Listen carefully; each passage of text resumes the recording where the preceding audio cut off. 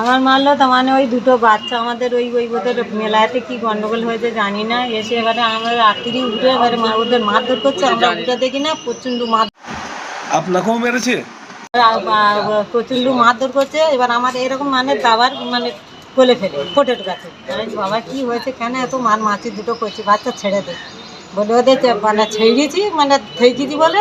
এবার আমাদের লোকটার পুরো টেনে নিয়ে চলে যাচ্ছে বলে তুই ঠেকাবি কেন, তোর বাড়ির কোটের ধারে আশ্রয় দিবি কেন, বসাবি কেন।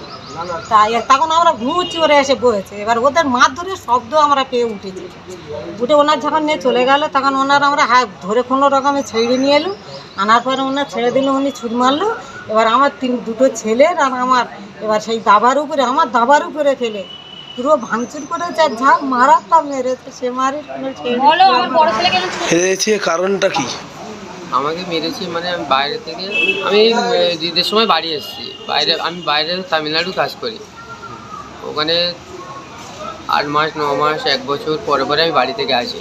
এবার খাটাখাটনি করে একটা নিজস্ব খাটাখাটনি করে একটা গাড়ি কিনেছি। ঈদের সময় এসে গাড়িটা কেনাই ওদের রাত, ওদের পয়সা দিতে হবে। আমি গাড়ি খারাপ পয়সা চাইছে ওই টিএমসির ছেলে। তুমি গাড়ি কিনেছো, ওদেরকে পয়সা দিতে হবে? হ্যাঁ, ওদের পয়সা দিতে হবে, ওদের খাওয়াতে হবে, মদ খাওয়াতে হবে, পার্টি দিতে হবে। কি গাড়ি কিনেছেন? পালসার 210। গাড়ি কিনাতেও কাটবানি বা মদ খাওয়াতে হবে? হ্যাঁ, ওই কারণে ওনাদের এই দিতে হবে, এত টাকা দিতে হবে, এরকম একটা চাচ্ছে।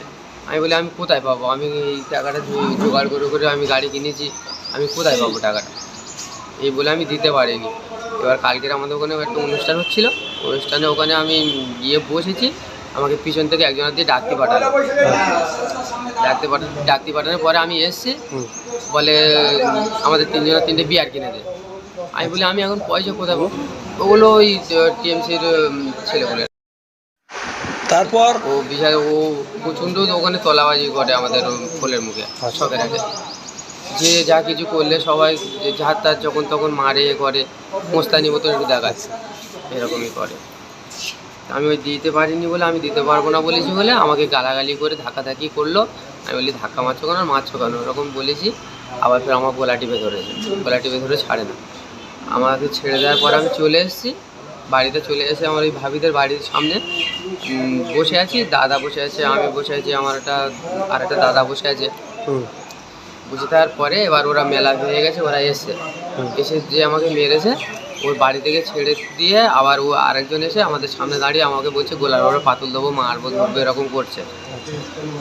এবার আমার দাদা ছেড়া বললো, বলে কেন ওর মারবি, কী দোষে মারবি, এরকম করতে করতে দু কথা হতে দেয় ও মারধর চালু করে দিয়েছে আমাদেরকে। এবার সবার ডেকে লোকজন ডেকে এনে আমাদের খুব মারছে ভাবিদের বাড়ি। এবার আমরা লুকিয়েছি, আমাদের টেনে এনে মারছে। এবার ওই দাদা আমার ওই দাদাটা, বড় দাদাটা, ওনাকে তুলে নিয়ে চলে যাচ্ছিলো ও মারবে বলে। এবার ওই মারধর করে সবাইকে মেরেছে। আমরা ওখানে এত মারছে, আমরা আপনারা আইএসএফ করেন, সেটাই আপনাদের অপরাধ? হ্যাঁ, আইএসএফ কর্মী বলে মানে আইএসএফ আমি ওই কোনো পার্টি পারলে আমি করি। ফ্যামিলির কেউ করে? ফ্যামিলি না, আমরা একই পার্টি ছিলাম, তাই আমাদের দেখে ছাপ লিখে গেছে বলে তোমরা আছে। কি দিয়ে মেরেছে আপনাকে? আমাকে বিয়ারের বোতল দিয়ে মাথায় মেরেছে, লোয়ার যারা মেরেছে তারা কোন দল করে? তারা টিএমসি পার্টি। আপনার নাম কি? আমার নাম জালিল সর্দার। আমি কোনো পার্টি ফার্টি করি না।